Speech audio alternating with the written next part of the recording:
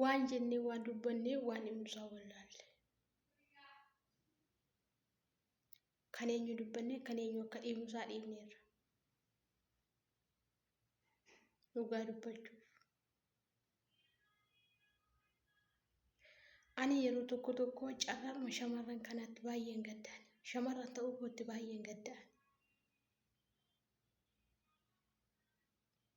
Maaliif yoo jettanii jireenya harmee keenyaaf jireenya abbaa keenyaa jijjiiruuf jennee gaafa dhufnee biyya ormaatti hafu gaafa baanee karaatti dhawu.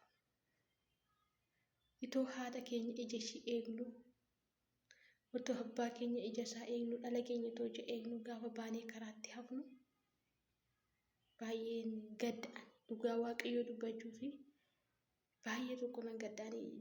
Shamarran ta'uudhuma kootti baay'een gaddachuudhaan.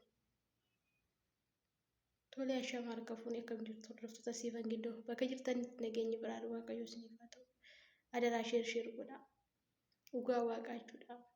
Har'a guyyaa har'aa tiiktookii seenee tiiktookii kana dhiiseera jechuudha. Ani garuu yeroo tibba tokkos akkasuma taanaan dhiisee jechuudha. Waan akkasiin danda'u dhugaa Waaqayyoo dubbachuu fi har'a moo ka carraa ta'e tiiktookii seenee jechuudha. Ijoo dhugaa Waaqaa tiiktookii muluun akkasitti bakka ijoollee duute bichee malee waan biraaf keessaa hin qabu. Dhugaa Waaqa jiraata. Ani nan gadde bakka baay'ee. Akkasitti guyyaadhaa guyyaatti du'u taanaan ikkoo baay'ee ulfaatu. Obboleettiin asirratti maxxanse kuni torbee darbee keessa duute.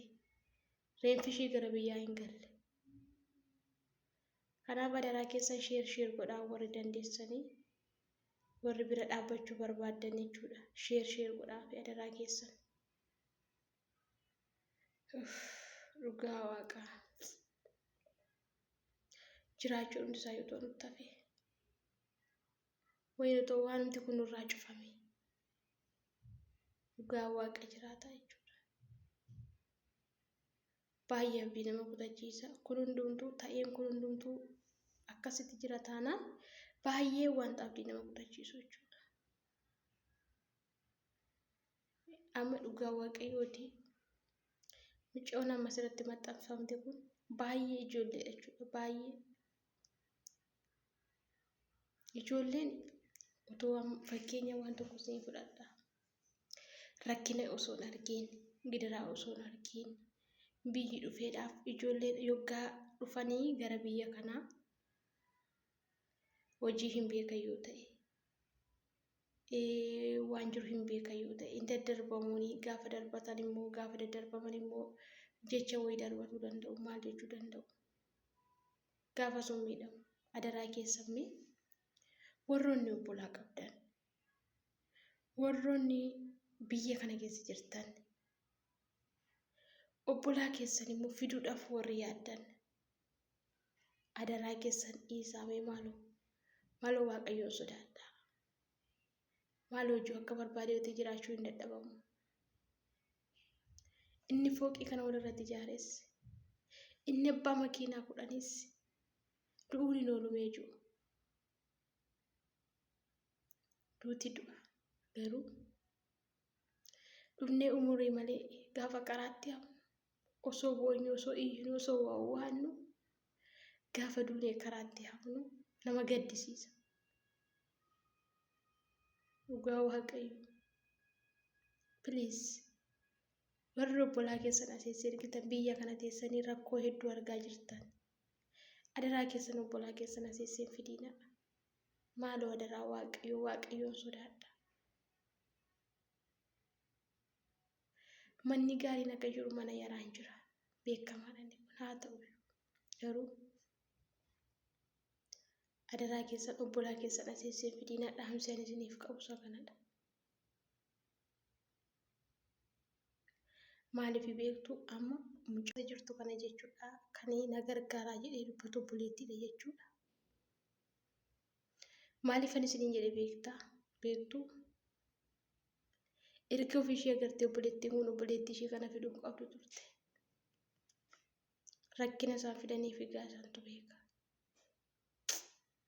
Adaraa keessan obboloota koo, adaraa keessan obbolaa keessan biyya kana fidina. Ofii keessan tokkicha yoo rakkina argitan, adaraa keessan ibiddatti obboleessan keessan hin fidinaa maaloo. Ijoo dhugaa waaqaa maaloo tiktookiin kun bakka dhugaa rabbii. Haala kanaan tufnaan baay'ee ulfaata. Baay'ee natti ulfaate ani ilaaluuf baay'ee natti tolu hin jiru.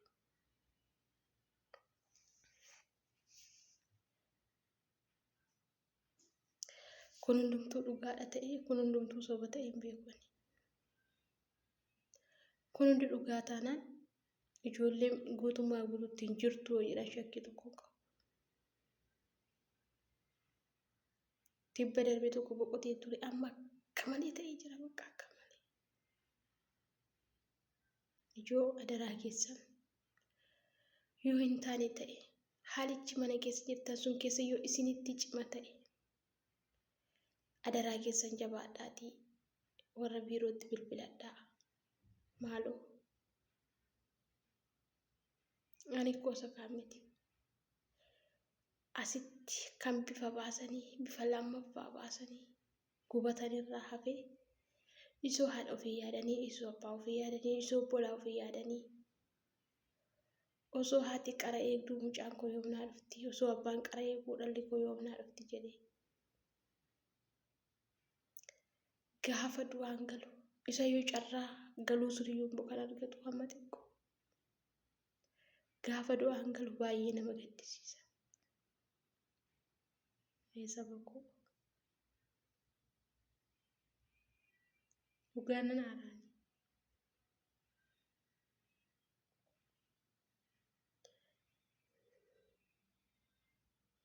Osoo kun hundumtuu ta'uu baatee maal ta'a? Maal ta'a Waaqayyootu laphee jaalalaa namaaf kenne? Maal ta'a namni osoo bifaan wal qooduu baate? Osoo sanyiin wal qooduu baate?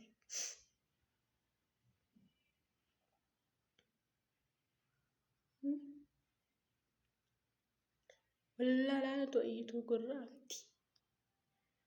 Haadha koo jijjiirattee dhala koo jijjiira jettee manaa baatee gaafa karaatti haftu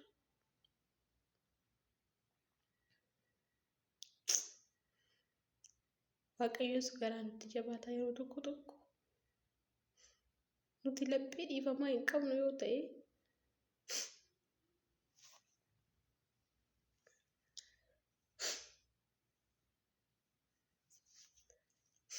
lapheen keenya hin jabaata yoo ta'e jechuudha.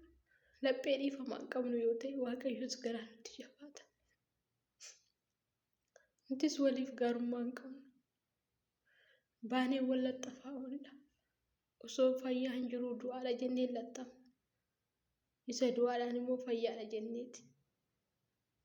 Unu keessaas jaalalli dhabame. Unu keessaas lapheen garaa dhiifummaa dhabame. Waaqayyoos maal nuuf haa godhu? Nu eegee nu laalee gaafa dadhabuunis.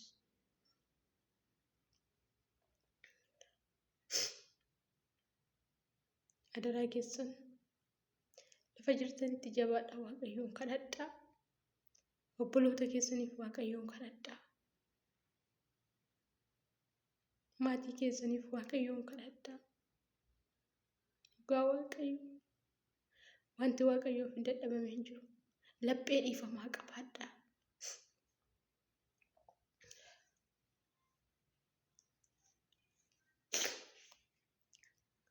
Laphee dhiifamaa qabaadhaa. Adaraa saba koo. Yoo akkas ta'e malee baanee galuu hin ulfaata. Yoo akkas ta'e malee biloorummaa keessa jiraachuun baay'ee ulfaata. Kanaaf adaraa keessan warri sagalee koo dhageessan adaraa keessan garaa walitti hin jabaatina. Waaqayyoo waliif kadhadhaa. Obboloonni immoo as jirtan adaraa obbolaa keessan hin fidina. Dhiifama. dhugaa baay'ee tokko natti dhagahame jechuudhaani. Dhugaa waaqa jiraataatii too seentanii joo bakka wanti tiktok irra jiru nama jijjiirisa. Inni adaraa keessan jabaadhaa lafa jirtanitti waaqayyo waliif kadhadhaa. Waaqayyotti dabarsaa wal kennaa. Wanti waaqayyoof dadhabame hin jiru. Adaraa isiniin jedha. Viidiyoo kana immoo sheer walii godhaa. Namoonni micca'uu kana gargaaruu barbaadan gargaaraniini. Dhugaa waaqayyoo reenfi ishee ammayyuu Dubaayii keessa jira. Reenfi ishee hin galle waan ta'eef akka ishee gargaaran hin jedha. Obboleettii isheetu baay'eetu dubbatee jira waan ta'eef maaliif bakka kan ishee amma kanadha. Garuu isaan irratti immoo laallee warroonni jirru immoo waaqayyoo walii kadhachuu qabna. Laphee dhiifamaa qabaachuu qabna. Namatti garaa jabaachuu dhiisuu qabna.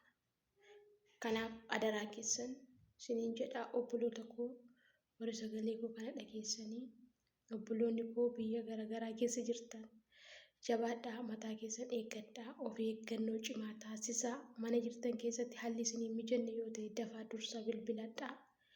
Bilbila mana sun keessaa otoo sadarkaan akka kanaa isinirra hin gahiin dafaa dursa maatii keessanii bilbila sun kennaa.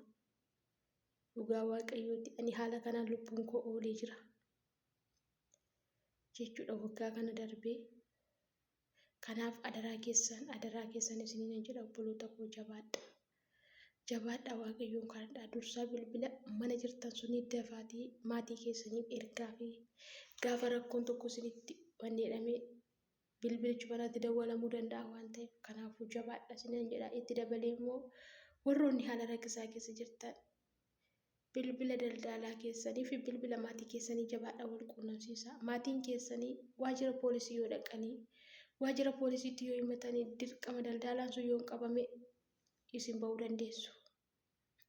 Kanaaf adaraa keessan ani wanta nan isin gorsu dura gaafa rakkattan osoo waan tokko hin godhin osoo gara eenyumaatti hin bilbiliin adaraa keessan dursaatii waajjira poolisii biyya keessanitti akka maatiin keessan dhaqanii isinii amalakatan godhaa. Amma haala kanaan malee daldaltoonni galagalanii ijoollee ilaalaa hin jiran waan ta'eef egaa obboloota koo lafa jirtanitti waaqayyoon waliif haa kadhannu. Waaqayyoon kadhadhaa isiniin jedha. Viidiyoo kana immoo sheer godhaa isiniin jechuun jaalladhaa. Viidiyoo biraa nama walitti deebi'u turtii gaarii naa qabaadhaa. Waaqayyo isin faana ta'u waaqayyo isin haa eegu. Lafa jirtanitti lafa jirutti waaqayyo nu haa eegu inni nuuf haa dhaabbatu isiniin jechuun jaalladhaa baay'ee.